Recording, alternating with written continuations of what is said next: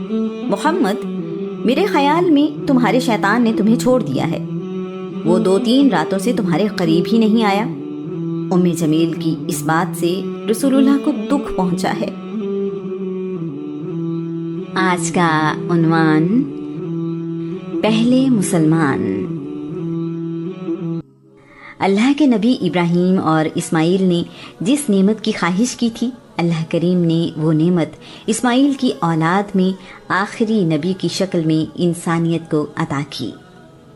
وہ اللہ ہی ہے جس نے ایک امی قوم میں انہی میں سے ایک رسول بھیجا جو ان کو اللہ کی آیات سناتا، انہیں پاک کرتا اور کتاب و حکمت کی تعلیم دیتا ہے، اگرچہ وہ لوگ اس سے پہلے کھلم کھلا گمراہی میں تھے۔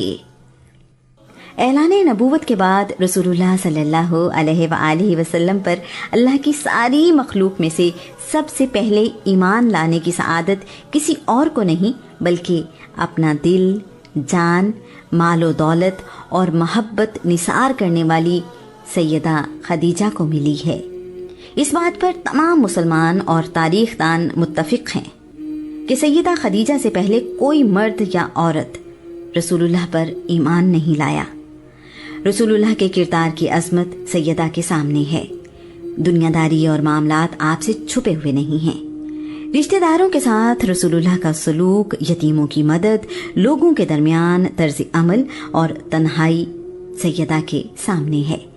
خدیجہ بنت خویلد رسول اللہ پر نہ صرف ایمان لائیں بلکہ رسالت کی ذمہ داریاں نبھانے میں رسول اللہ کی مدد کرتی اور مشکل لمحات میں حوصلہ بھی بڑھاتی ہیں۔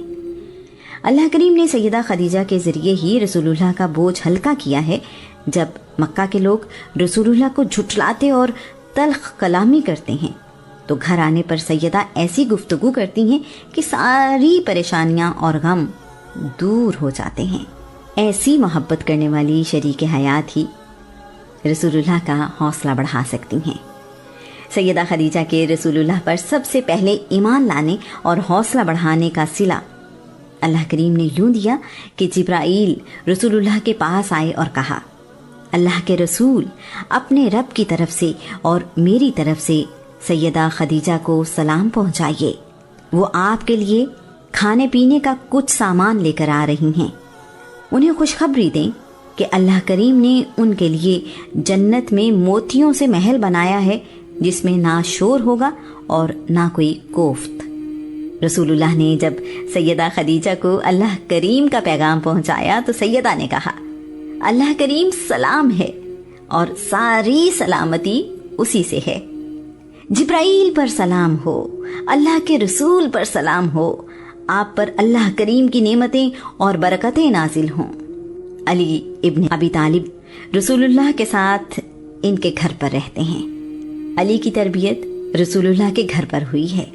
رسول اللہ کی چچی فاطمہ بنت اسد بیان کرتی ہیں، جب ہمارے گھر چوتھا بیٹا پیدا ہوا تو محمد نے اس کا نام علی رکھا۔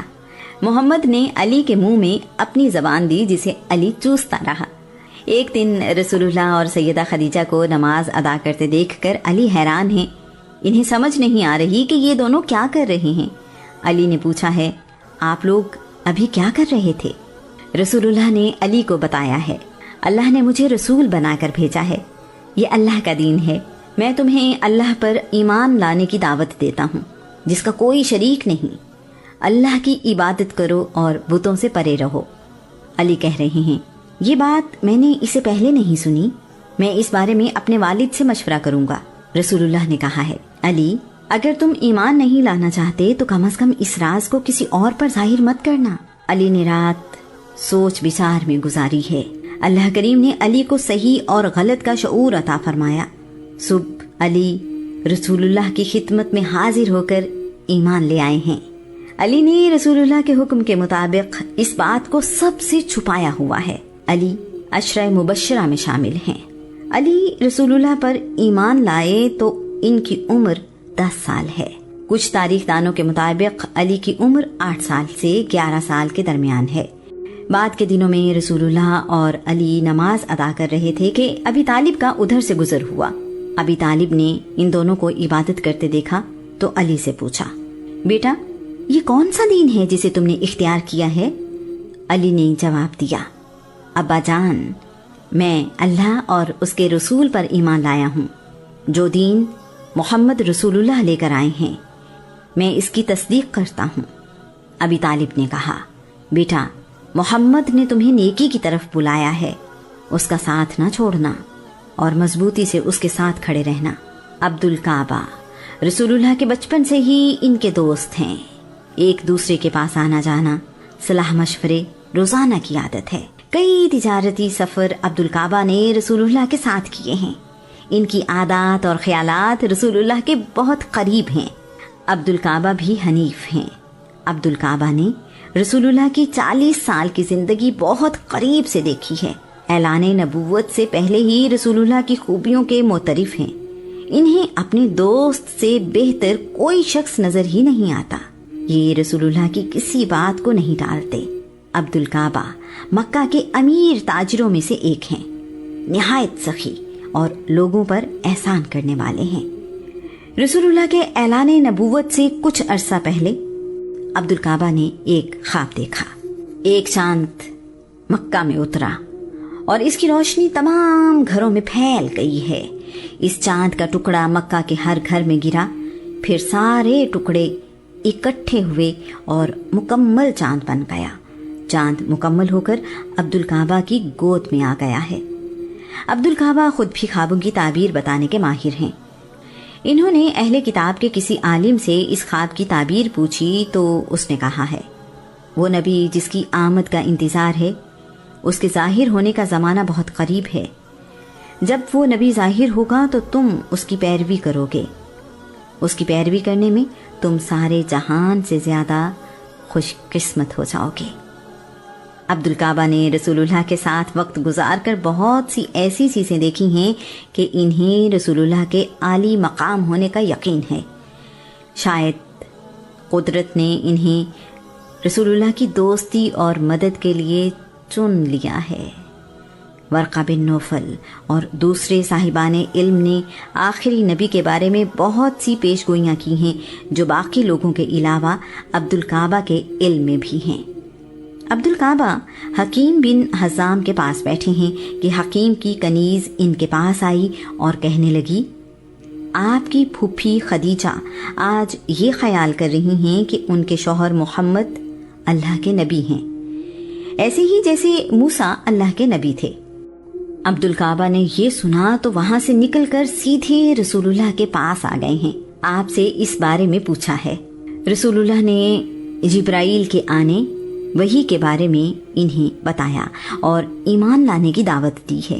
عبدالکعبہ نے کہا ہے، میرے ماں باپ آپ پر قربان، آپ نے سچ کہا، آپ سچے ہیں۔ میں گواہی دیتا ہوں کہ اللہ کے سوا کوئی عبادت کے لائق نہیں اور آپ اللہ کے رسول ہیں۔ رسول اللہ نے عبدالکعبہ بن عثمان کا نام بدل کر عبداللہ بن عثمان رکھ دیا ہے۔ آپ کی کنیت ابو بکر ہے۔ ابو بکر کا لقب عتیق ہے۔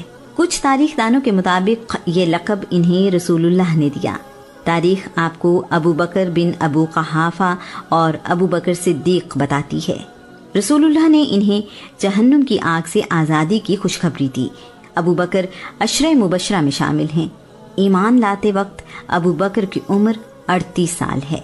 ابو بکر کے ایمان لانے کے بارے میں رسول اللہ نے کہا، میں نے جس کسی کو بھی اسلام قبول کرنے کی دعوت دی وہ غور و فکر کرنے لگا سوائے ابو بکر کے، نہ وہ جھجکا نہ اس نے کوئی بات کی۔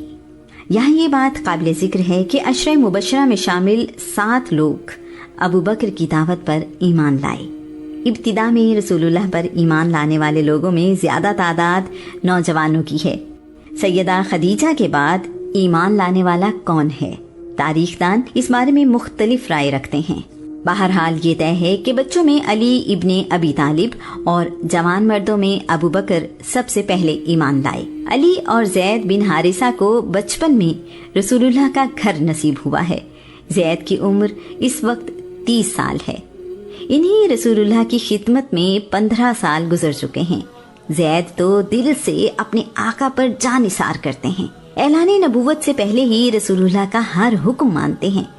سیدہ خدیجہ اور علی کو رسول اللہ پر ایمان لاتے دیکھا